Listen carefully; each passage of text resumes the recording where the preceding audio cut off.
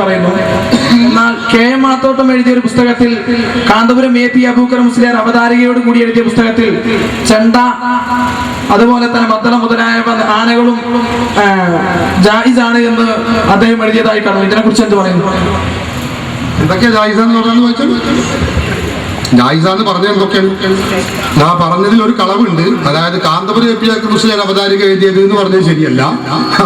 അത് ചാലിയത്തൊരു A P Aboobacker Musliyar എന്ന് പറയുന്ന ഒരാളുണ്ട്, അയാൾ എഴുതിയതാണ്, അയാളാണ് അവതാരിക എഴുതിയത്. എ പി എന്ന് പറയുമ്പോൾ കാന്തപുരം എന്ന് പറയുന്ന എ പി ഇത് കാണുമ്പോൾ കാന്തപുരം എന്ന് പറയിപ്പിക്കുന്ന അവസ്ഥയിലേക്ക് മുജാഹിദുകളെ ഞങ്ങൾ എത്തിച്ചു എന്നതാണ് ഞങ്ങളുടെ ഏറ്റവും വലിയ. ഉളുപ്പില്ലാതെ മുജാഹിദുകൾ അവരുടെ പ്രസിദ്ധീകരണത്തിൽ ഈ ലക്കം എഴുതി വിട്ടിട്ടുണ്ട്. ഉളുപ്പ് വേണ്ടേ അവർക്ക്?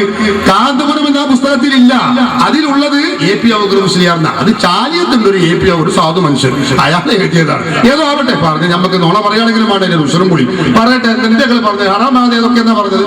ചണ്ടമുട്ടനെ ഹറാമാണെന്ന് ആയിക്കോട്ടെ, ഉണ്ടായിക്കോട്ടെ. ഞാൻ പറഞ്ഞല്ലോ, ദുരിയായ അതായത് നടു കുടുങ്ങിയതും രണ്ടു ഭാഗം വിശാലമല്ലാത്തതുമായ ചെണ്ട, വലിയ ചെണ്ട, അത് മുട്ട കുഴപ്പമില്ല. അത് ജായിസ് തന്നെയാണ്. പിന്നെന്താ? അപ്പൊ ആ പുസ്തകത്തിലുള്ള നിയമവും തമ്മിൽ എതിർപ്പില്ല. ഇടുക്കുമ്പോ വലിയ വിഷയം തന്നെയാണ്. ഇടുങ്ങൽ വലിയ വിഷയം തന്നെയാണ്. ഓ പറയണ്ടോ, അത് നിങ്ങൾക്ക് തീരായിട്ടാണ്. അടുത്ത ചോദിച്ചു വേറെന്താ? മുട്ടൽ ആനക്കെന്താ കുഴപ്പം? ആന എന്ന് പറഞ്ഞ ഹറാമെന്ന് അറിയുന്നുണ്ടോ? ഖുർആനിൽ പറയണം ആനനെ തൊടാൻ പാടില്ല, കാണാൻ പാടില്ല, ഉപയോഗിക്കാൻ പാടില്ല എന്ന് ഇല്ല. വേറെന്താ?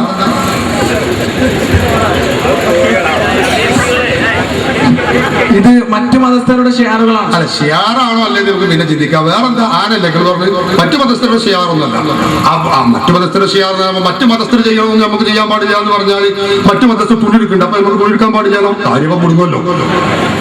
മറ്റു മതസ്ഥരെ കുപ്പാടി നമുക്ക് കുപ്പാടാൻ പാടില്ല പറഞ്ഞാൽ, അതുപോലെ വെളിച്ചം കത്തിച്ചില്ല നമുക്ക് വെളിച്ചം കത്തിക്കാൻ പാടില്ല എന്ന് പറഞ്ഞാൽ അതൊക്കെ മറ്റൊരു വശമാണ്. ഇസ്ലാം എന്ന് പറയുന്നത്, ഇസ്ലാമിന്റെ വിഷയങ്ങളെ കുറിച്ച് കൃത്യവും വ്യക്തവുമായ മാർഗനിർദ്ദേശം ഇസ്ലാം പറഞ്ഞിട്ടുണ്ട്.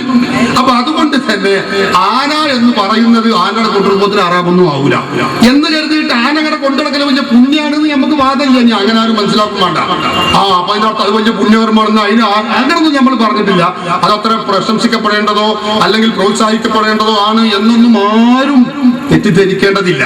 ഒരാളൊരാനെ കൊണ്ടുവന്നു, ആനപ്പുറത്ത് കിടന്ന് നടന്നു, യാത്ര ചെയ്തു, അത് ഇസ്ലാമിൽ തെറ്റുള്ള കാര്യമൊന്നുമല്ല. പക്ഷെ അതുകൊണ്ട് വേറെ ബുദ്ധിമുട്ടുണ്ടാവുകയാണെങ്കിൽ അത് മറ്റു കാരണങ്ങളാൽ തെറ്റാവും. അത് ആന മാത്രമല്ല, നമ്മളെ വണ്ടി മറ്റൊരാളെ ആക്സിഡന്റ് ആയി ബുദ്ധിമുട്ടാവും, അതിനൊക്കെ തന്നെയാണ്. അപ്പൊ അത് ആനക്കുള്ള മാത്രം പ്രത്യേകതയല്ല. ബുദ്ധിമുട്ടും വിഷമവും എവിടെ വരുന്നുണ്ടോ അതെല്ലായിടത്തും വിഷമം വരും.